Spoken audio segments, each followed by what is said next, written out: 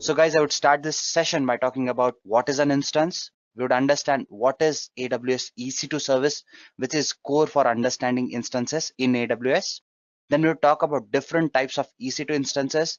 We would understand how instance pricing models work. And we would take a look at a use case, which would be followed by a demo that walks you through all the stuff that we have talked about. So it is a fairly good content and a lot of stuff to study today. So guys, let us just quickly move further and take a look at these things one by one.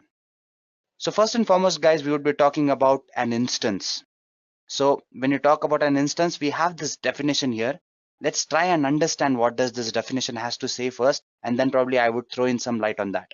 So as far as this definition goes, it says an instance is nothing but a virtual server for running applications on Amazon EC2. It can also be understood like a tiny part of a larger computer, a tiny part which has its own hardware, network connection, operating system, etc. But it is actually virtual in nature. So there are a lot of words here and a lot of stuff has been said. Let me try and simplify this particular definition for you people. So guys, when I say a virtual server running on your application, not on your application, a virtual server that basically hosts your application is what I should say. So what do I mean by this? What do I mean by a virtual instance, a virtual presence of a particular device? Well, guys, when you talk about software development, application development, what you do is you're supposed to build in applications and run those on servers, right?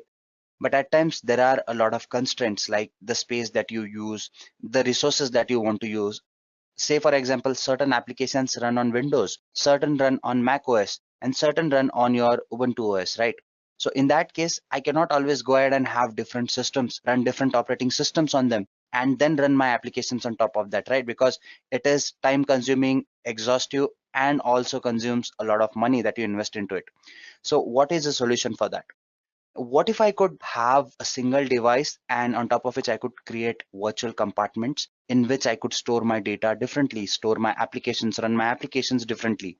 Wouldn't that be nice? Well, when you talk about an instance, that is what it exactly does. You can think of it as a tiny part of a computer. Well, that is what it is trying to symbolize. I mean, you have a system on top of which you can run different applications. And how it works is if you are running an application A in part one and running an application B in part B of your server, these applications have a feeling that they are running individually on that system and there is no other system running on top of it. So this is what virtualization is. It creates a virtual environment for your application to run. And one such instance of this virtual environment is called as an instance. So when you talk about virtualization, it is not something that is very complicated. As you can see in the first image, you can see a man surrounded by various virtual images, something that you see in an Iron Man movie.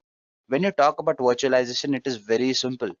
It can be a simple computer which is shared by different people, and those people are working quite independently on that server. That is what virtualization is. That is what an instance is. In this image, the second image, each one of this individual would be using a different instance. So this is what an instance is when you talk about virtualization. So guys, let us move further and take a look at some other pointers now. We've understood what an instance is, what virtualization is, to some extent at least, guys. As far as this session goes, I believe this information is enough. If you wish to know more about virtualization, you can visit our YouTube channel and take a look at VMware tutorial. It talks about this particular topic in a lot more detail. So guys, let us move further and try to understand EC2 now. Now, EC2 is an Amazon Web Services compute service. It stands for Elastic Compute Cloud. Now, what do I mean by this? When you say an elastic cloud compute, that means basically it is a service which lets you actually go ahead and carry out computation practice. And when I say elastic, it means that it is fairly resizable and fairly reusable. Once we get into the demo part, probably you'd get a better picture. What do I mean by elasticity? Because it is highly flexible, highly scalable, it is very cost efficient, and it serves a lot of purposes. Now, these are some of the features that I just mentioned, right? Let me throw in some more light on these pointers as well. What do I mean by scalable? Now, when you talk about a cloud platform, one of its best features is it gives you high amount of scalability. That means your applications can scale up and down depending upon the data that you want to use on top of it. So if the traffic increases more, you need more performance. So your application should be able to scale to those needs, right? So that is what cloud computing provides you with. And that is what EC2 also provides you with. When I say an instance, basically what you're doing is you're launching a virtual machine. It is called as instance in terms of AWS. So this virtual machine should be scalable. That means it should scale up and scale down, both in terms of memory, storage, and even in terms of the computation that it is providing. So when you talk about EC2, it is highly scalable. Once we get into the demo part, you would see this. Now, it being scalable and it being cost efficient makes it highly flexible. So that is the third point. Let us try and understand the second point as well. What makes EC2 cost efficient? Now, when you talk about cost optimization, what EC2 does is it lets you scale up and down. I just mentioned that, right? So instead of buying n number of instances or instead of buying n number of services, you can actually go ahead and scale this instance up and down with minimal cost changes. So you're saving money.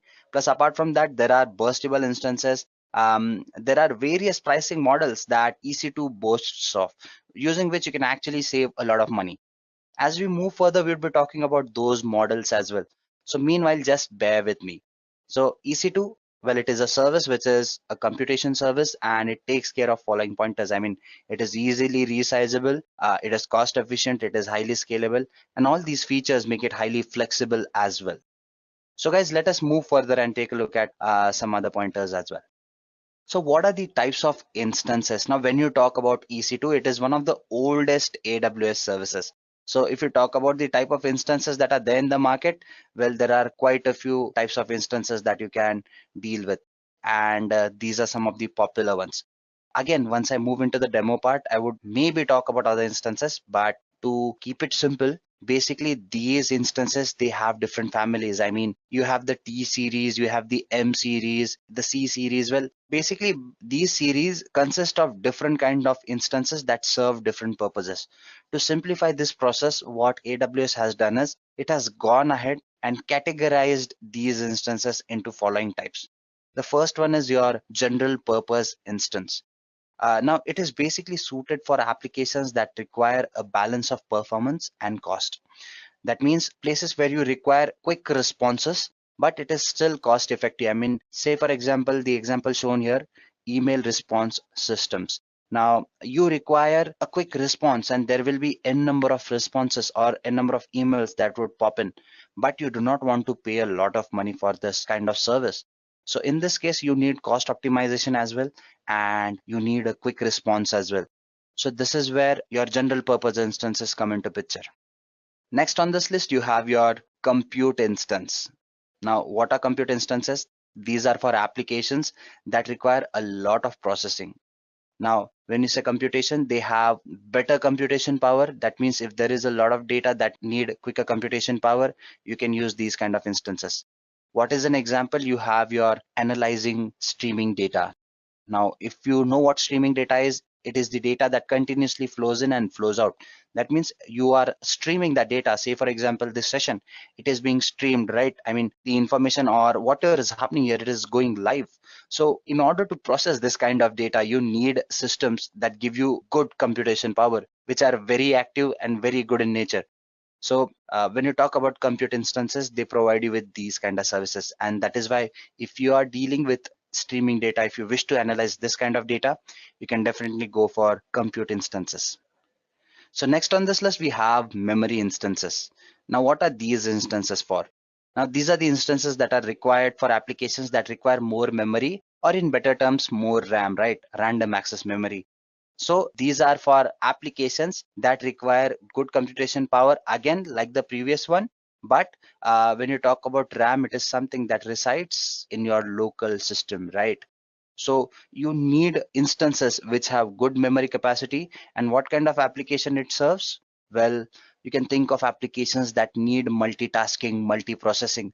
Say, for example, I need a single system that does fetch in data for me as well, process it for me as well, dashboard it for me as well, and then gives it to the end customer as well. So these kind of applications require memory instances. Moving further, guys, we have the storage instances. As the name suggests, these applications are, or these instances are for applications that require you to store huge amount of data. Say, for example, you have large size applications like your big data applications, where the amount of data is huge in number. So you'd be requiring more storage flexibility. In that case, you can opt for instances that are specifically optimized for storage kind of requirements. And then you have your GPU instances. If you know what GPU is, you would understand what it serves. That means if you are interested in graphical kind of work where you have basically heavy graphics rendering, in that case, you can opt for GPU kind of instances, which basically help you serve purposes like 3D modeling and stuff like that. So guys, this was about the different kind of instances. Now let us try and understand what are the different instance pricing models that are out there. So guys, when you talk about pricing, EC2 or AWS in general, it ensures that you can save a lot of money. But normally what people do is they are under the imagination that if you just go ahead and take in cloud, probably you'd go ahead and save a lot of money. Yes, cloud does support applications in such a way that you would spend very less amount, but it involves a lot of planning, guys. So each time you use a particular service, it is very important you understand how does that particular service work. And if you actually plan in the services in that manner, you'd actually end up saving a lot of money. So guys, let us try and understand how the pricing models work when you talk about EC2 in particular. So guys, these are some of the pricing models that EC2 has to offer to you. You have your on-demand, dedicated, on the spot, and reserved instances. Now, let me try and simplify what these instances are and what do I mean by these. Now, when you say an on-demand instance, as the name suggests, it is an instance that you demand and you get it. Now, these instances are made available to you for a limited time frame. Say, for example, I need a particular instance for an hourly basis. So I would be wanting to use that instance for only that duration. So to use that instance for that particular duration, what I do is I actually go ahead and demand this instance. So AWS would give me that instance, but it would work for an hour only. So my prices for that instance would be fixed on that manner. I mean, the fact that I would be using it for one instance or for an 1 hour basically. So I would be charged only for that 1 hour. And once that hour is complete, that instance, it gets terminated on its own. It's similar to renting a flat for 1 month. Suppose if I move to a new city and I'm looking something temporary. Say for example, I'm looking for a hostel or a paying guest kind of a living system, right? So in that case, what I would do is I would upfront go and tell the owner that I would be staying here for a month. You can charge me for a month only. If it is 1,000 more than normal charge, it is fine. But once the month is over, I would like to leave, right?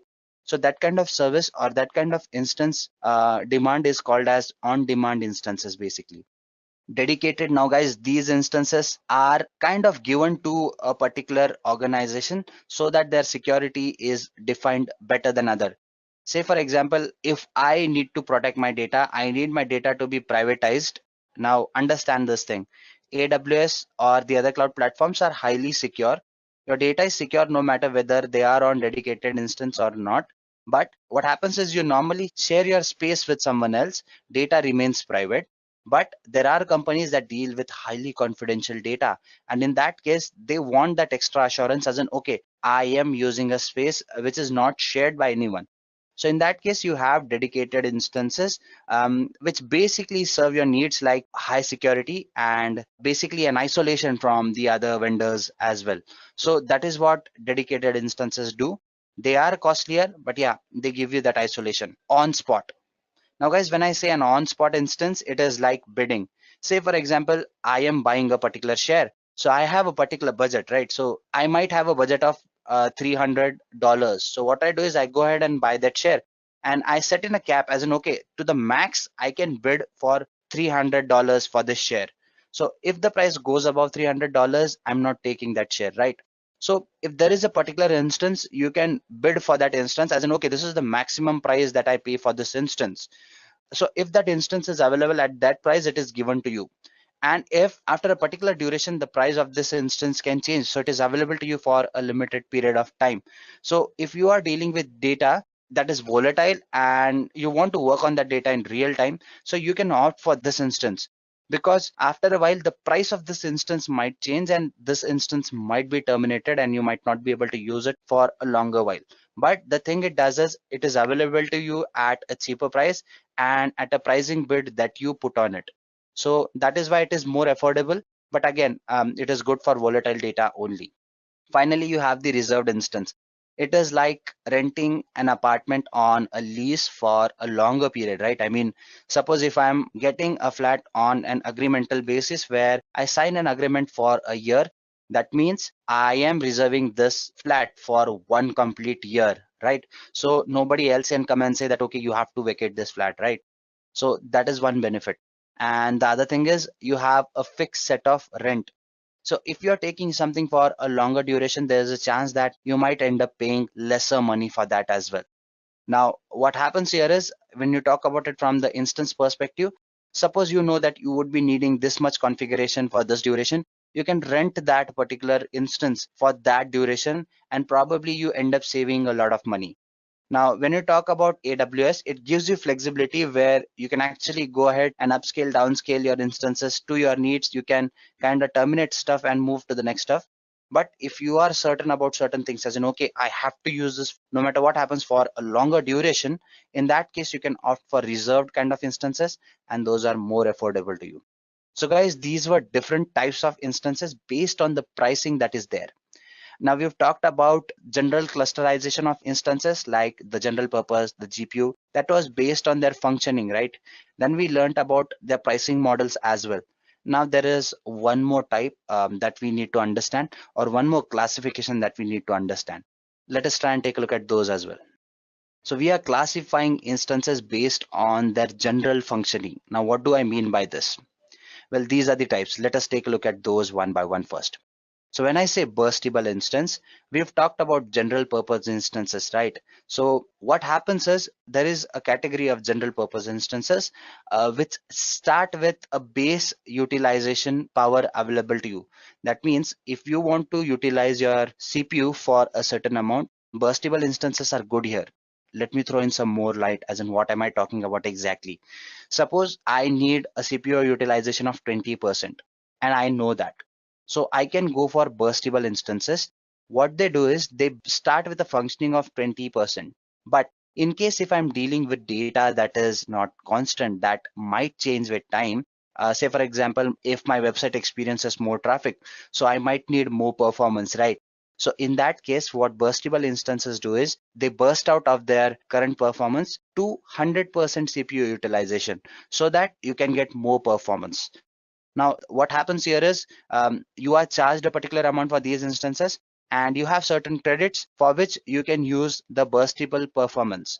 Now, if you do not use the burstable performance, those credits can be used later as well. So you are getting optimized performance as well, and you are saving some money as well in case if there is an urgent traffic that you experience. You have something called as EBS optimized. Now, when you talk about EBS optimized, now these are the applications where basically you are processing data at a higher speed. Say, for example, there is some application where the data is flowing in continuously. So I need quick response, right? So EBS backed up or EBS optimized instances, what they do is they give you high input output processing. And that is why these are good instances to opt for these situations. Cluster networking, basically they form clusters of instances. Now a particular cluster, what it does is it serves one kind of purpose. Say for example, in my application, what I want is I have different sections, and in different sections my first section requires to be processing data at a faster rate. The other one I want it to be storage optimized, so I can define different clusters of instances that serve different purposes here. And then I have the dedicated one. We've already talked about dedicated one. It is more related to the data security part. So guys, these were the different types of instances. I know I've talked about a lot of stuff. Once we get into the demo part, probably this would ease up a little more for you people. I believe you people are with me and you are following this session.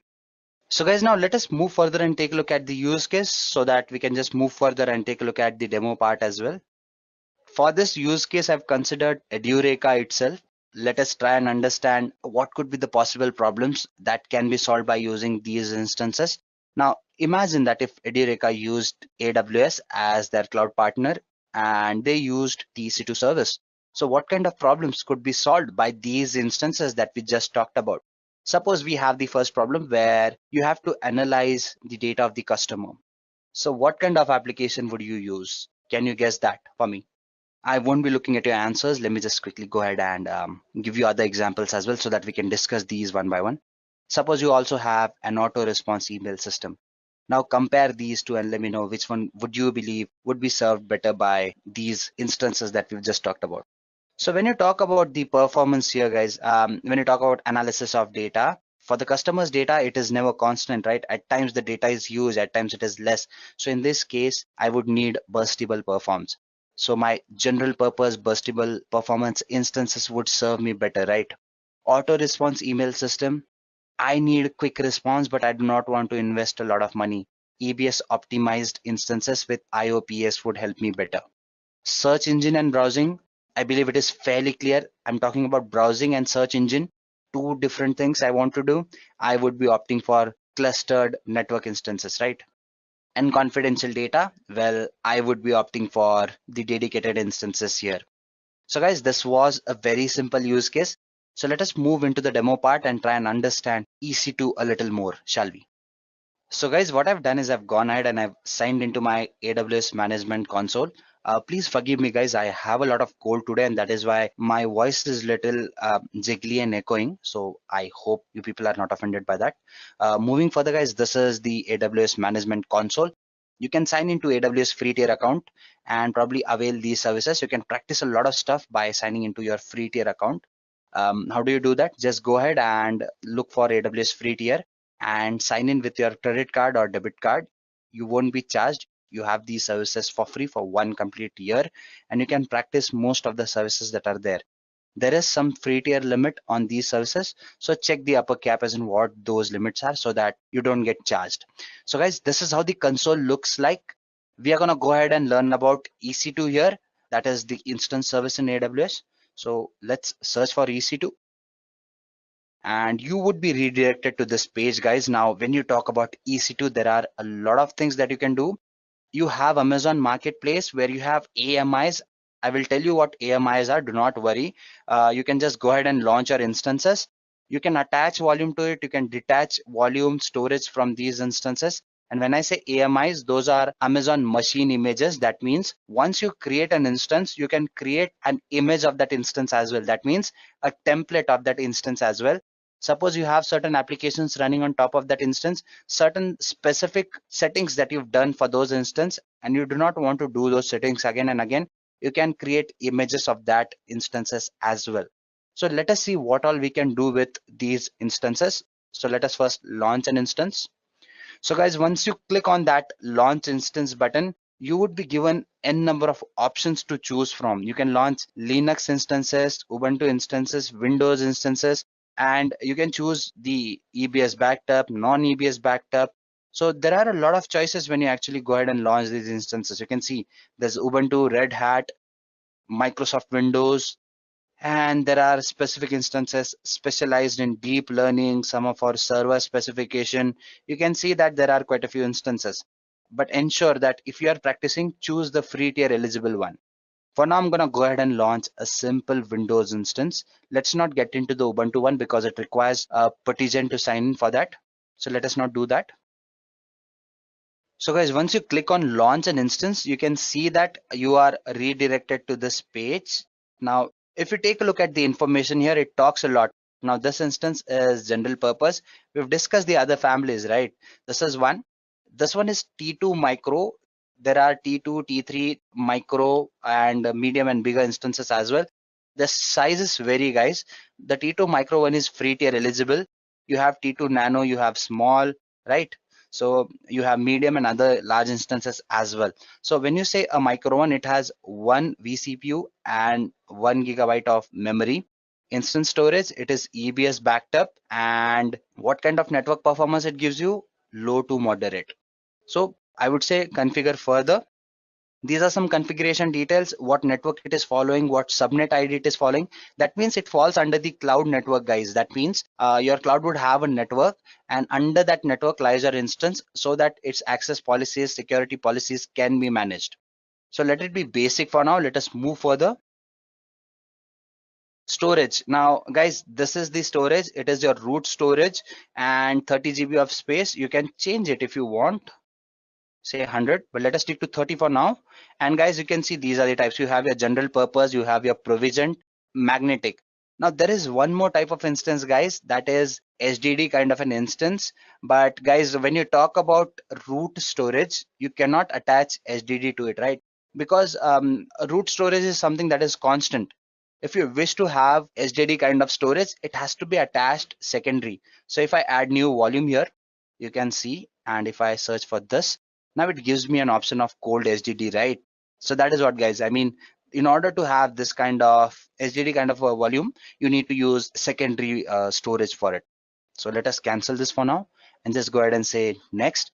You can add in tags, guys, for the simplicity of namesake. Say for example, sample today, and let's just say next. Security group, guys. Security group, what do I mean by this? Well, basically you have a set of policies, as in who gets to access, what kind of traffic do you want to your instance, what kind of traffic do you want to flow out of your instance. So you can create a security group and you can use customized as well. When you create one, this type is RDP. That means it can allow traffic from a desktop or a remote desktop app, and through which I can log into my system. I can add other rules as well. I can add TCP, HTTP kind of rules, and these are the port ranges. You can specify those. For now, I'm allowing traffic from everywhere through RDP, and I can say review and launch. Improve your security, it says, but this is a basic one, guys. You can add in more rules, as I've already mentioned. So let's not do that. Let's say launch. Generate a key pair. Now, a key pair is something that lets you log into your instance. It is a double security for your instance.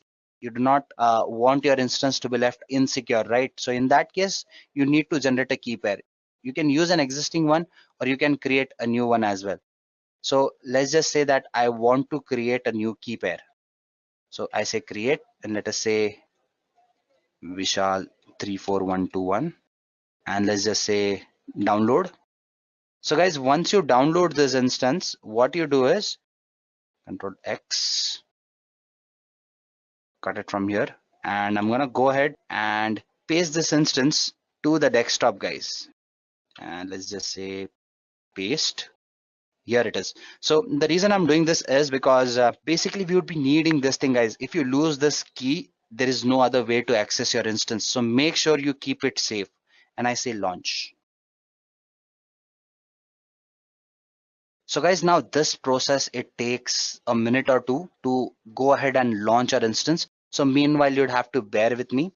So what happens is, once you do actually go ahead and launch this instance, it involves a couple of steps, like basically it does some security checks, some status checks. And while these status checks happen, it takes a minute or two. And once the instance is up and ready, we can actually go ahead and take a look at this instance. So meanwhile, guys, what I'm going to do is I'm going to go ahead and take you to the EC2 part. Now there are 3 instances that are running, guys. Now this is somebody else's account, so there are quite a few other instances that are running.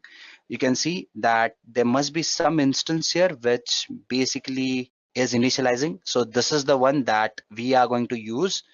This is the ID. Let's not remember that. We know that this is getting initialized. So guys, these are the other instances. This one is stopped.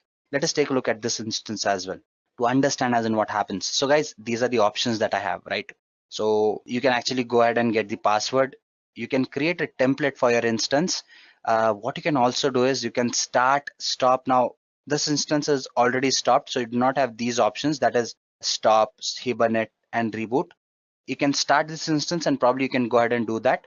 Now when you stop an instance, if you want to actually make snapshots, you want to take snapshots, you want to create Amazon machine images out of it, what you do is you stop that instance so that you prevent any activity from happening on that instance, so that you can take an exact snap of it. So that is why you stop an instance when you wish to do these kind of operations. Once you start it again, you can make it function normally at it was functioning. If you are done using an instance, you can terminate it there and there, guys. So these are the options. Instance setting. Okay, so guys, these are the options. You can add tags to it. You can attach, replace IAM rules, that is access management policies, guys. So you have a user access management policies here. You can attach roles to it as well. You can change the instance type, guys. You can click on it and you can go ahead and do that. You can change it to higher versions as well. Now, why do you need to do this? Suppose I'm experiencing a particular traffic and my instance supports that need. But if I move further and in future I need to cater more traffic, what do I do in that case? In that case, guys, I can actually go ahead and update it to a larger version. Unlike your other applications, your on-premise infrastructure, where you have to actually go ahead and have new servers, new data on top of it, here what you do is you just click on this thing and it happens in a couple of seconds. Your instance gets optimized or upscaled to a better level, and that is why it is highly scalable. Guys, what you can also do is you can change termination protection. Now, this is for data security.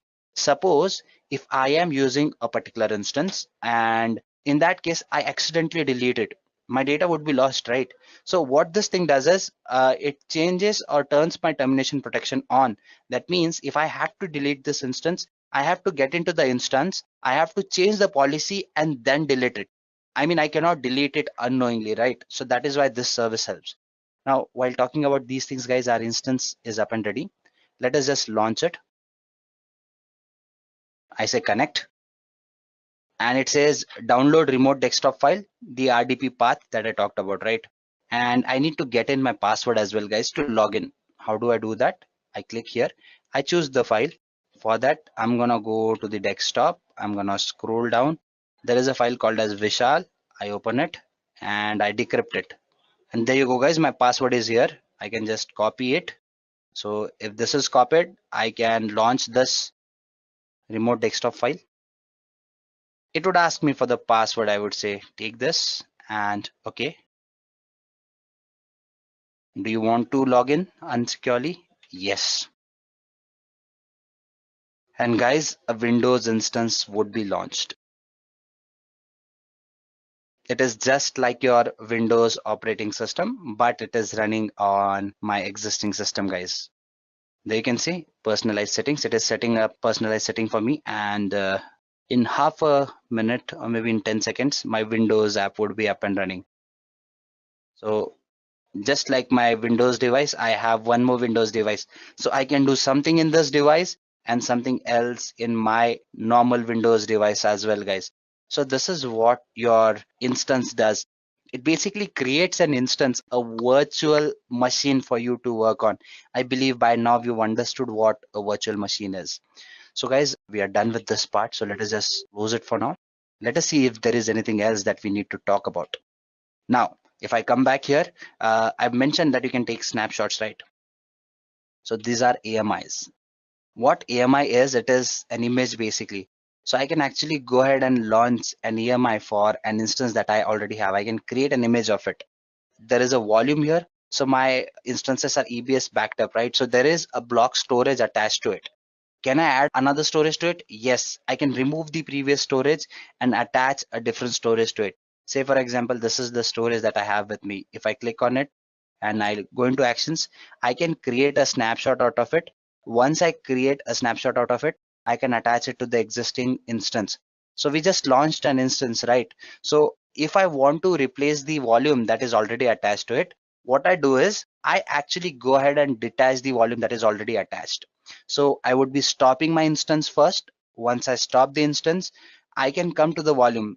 Assume that this volume is attached to some instance. So I need to detach it from here.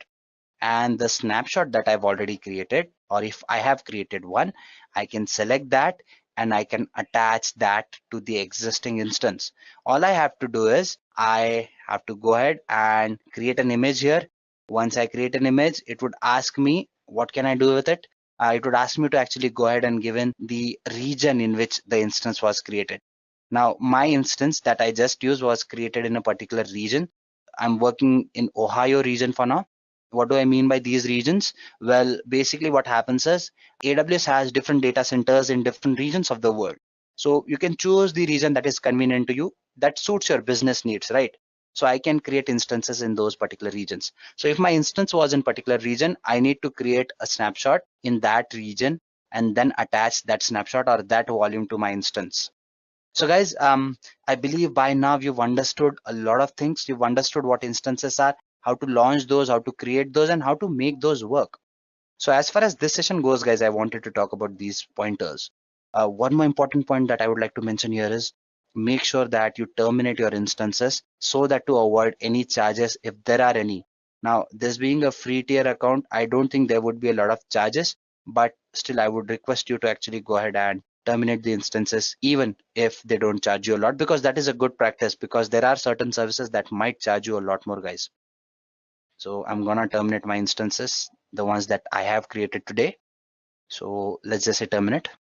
And in a minute or two, guys, these instances would be terminated from end to end.